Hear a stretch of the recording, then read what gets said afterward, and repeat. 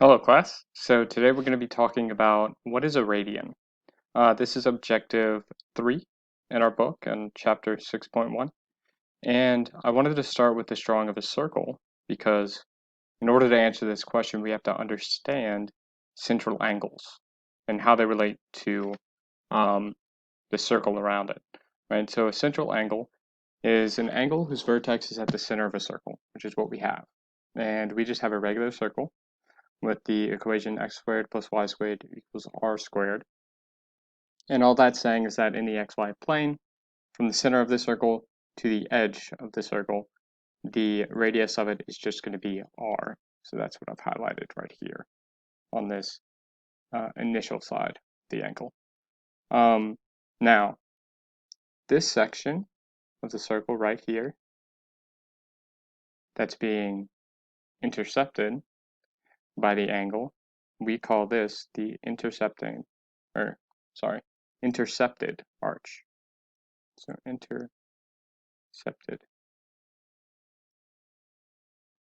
arc.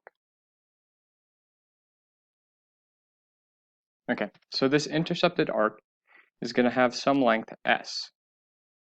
This is the variable we use for the intercepted arc. And we can just kind of go through this and think, okay, well, I know in radians, or I'm sorry, in degrees, right, that if we take this terminal side and we start back here and rotate it all the way around, right, to here, maybe I should draw it like this. So if we take that terminal side and go all the way around, we know that we've covered 360 degrees, right? So 360 degrees, okay? And then you might ask, well, what is this intercepted arc? How is that distance going to change? And it turns out that we know that, right? Because we know the circumference of a circle. Do this in black. So C, the circumference of a circle, is simply 2 pi r, right? So we have the circumference and we have the amount of degrees that we covered during that rotation.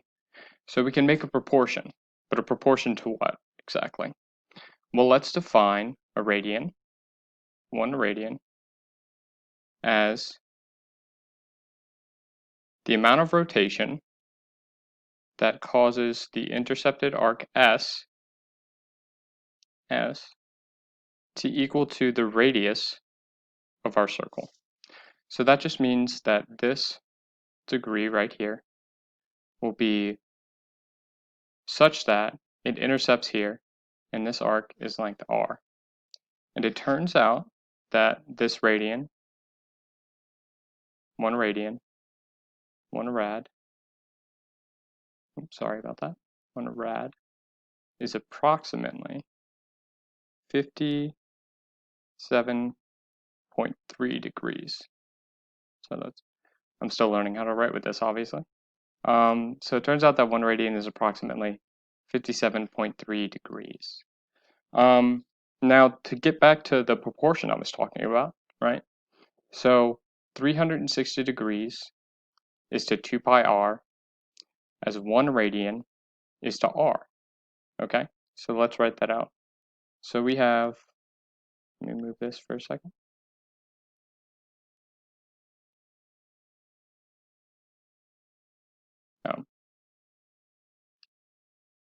Okay, never mind. So let's just do the proportion. We have 360 degrees is to 2 pi r as, which means equals, as 1 radian is to r. Now, just taking it as an algebraic formula and an algebraic expression, we can multiply both sides by 2 pi r, right? And so hopefully from this, you see that when we multiply everything by 2 pi r, we're going to have this r cancel out.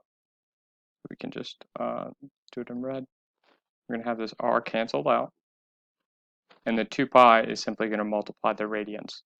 And this is where we get our definition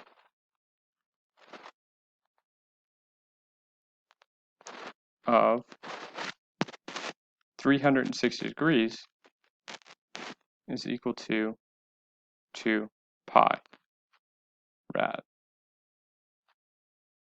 So typically, why I may not have written rad out in class is because they don't really have a shorthand for radians. It's not used very frequently. So it's not very important to know or to write it. You can simply write 2 pi and that'll be sufficient. So one thing that I do want to highlight, if you just give me 1 second. Okay, so what I've done is I've written out 3 angles in radians, and I want to talk about how we draw them in terms of these radians instead of degrees. So as we noticed, let me just write down here, 360 degrees is equal to 2 pi, right? That we just went over. So when we look at these radians when we look at these angles in terms of radians, we can always refer back to this ratio if you're a little confused as to what exactly this angle will look like. So first of all, we can draw our xy plane. Okay. And then we can start drawing our angle.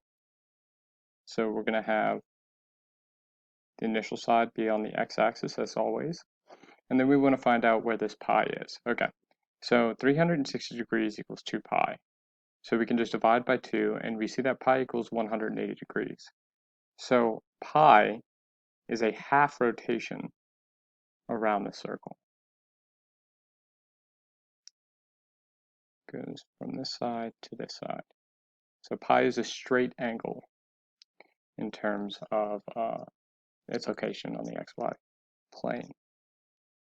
So now let's look at pi over 4. So again, we'll make our xy plane. And again, pi over 4. So if pi is a half rotation, that means that pi over 2, half of this rotation, is going to be along the y-axis. It's going to be a right angle. So pi over 4 is going to be half of that rotation. So that means that, drawing our initial side, we then know that since pi over 2 is along the y-axis, that pi over 4 must really just be a 45-degree angle in the middle of quadrant 1. And again, this is something we could have gotten by looking at the 360 degrees equals 2 pi. We could have started from the full rotation and said, okay, if that's 2 pi, pi is this, pi over 2 is that, pi over 4 is there. And this is something you may get a handle on as you do, or you will get a handle on as you do more and more. So for the last one, I kind of wanted to put a nastier looking fraction, just to show that it's not as bad as you think when you look at it. So we started with our initial side, and then we have 5 pi over 6. So just looking at this fraction alone, we know that 6 over 6, right, would be just pi, which is a half rotation. So what this is saying is that we have a little bit less than a full half rotation. So how much less? Well, 1/6 less, right? Because if we added 1/6 pi to this, then we would get 6 over 6. Or we just have pi. So this terminal side is going to lie right there in this angle. This is going to be a little bit less than a 180-degree rotation. And this is how we draw angles in radians. I also want to bring your attention real quick to this graph that is in your book. If you'd like to kind of look at where angles lie and kind of get a better sense of that, this is available in your e-text. So I'd suggest looking at this if you're still a little confused about this, and maybe this will help out. But that is all for Objective 3. I hope you guys enjoyed it. And again, as always, let me know in the comments if there's anything I can do to help clear things up. See you next time.